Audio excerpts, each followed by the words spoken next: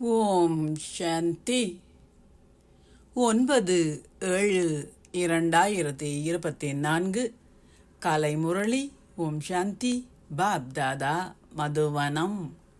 சாராம்சம்: இனிய குழந்தைகளே, உண்மையான தந்தையுடன் அகமும் புறமும் நேர்மையாக இருந்தால் மாத்திரமே உங்களால் தேவர்களாக முடியும்.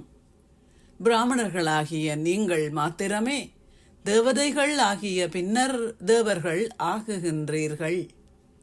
கேள்வி: இந்த ஞானத்தை செவிமடுப்பதற்கும் கிரகிப்பதற்கும் உரிமை உள்ளவர்கள் யார்?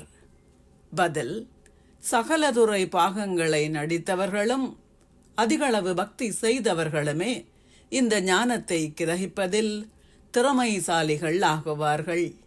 அவர்களே உயர்ந்ததோர் அந்தஸ்தை பெறுகின்றார்கள். சிலர் குழந்தைகளாகிய உங்களிடம் வினவுகின்றார்கள், சமய நூல்களில் உங்களுக்கு நம்பிக்கை இல்லையா?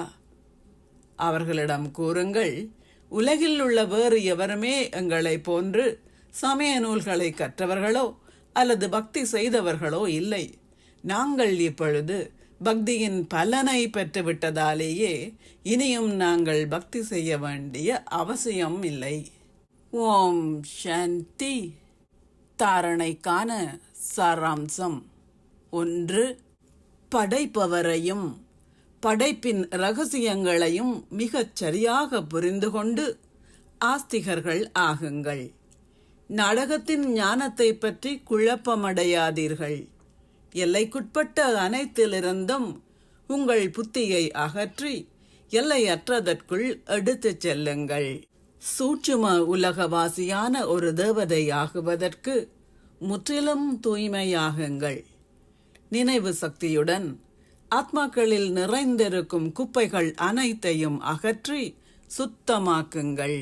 ஆசீர்வாதம்: இறைவனின் இனிமையை அனுபவம் செய்வதன் மூலம் சதா ஸ்திரமாக இருந்து நிலையான ஸ்திதியில் நிலைத்திருக்கின்ற ஒரு மேன்மையான ஆத்மா ஆகுவீர்களாக. இறைவனின் இனிமையை அனுபவம் செய்கின்ற குழந்தைகள் உலகத்தின் சுவைகள் அனைத்தையும் சாதாரணமாகவே உணர்வார்கள். ஒன்றே ஒன்று இனிமையாக இருப்பதால் உங்கள் கவனம் அந்த ஒருவரிடம் மாத்திரமே செல்கின்றது. அப்படித்தானே? உங்கள் மனம் அந்த ஒருவரிடம் இலகுவாக செல்கின்றது. அதற்கு எந்த முயற்சியும் செய்ய வேண்டியதில்லை.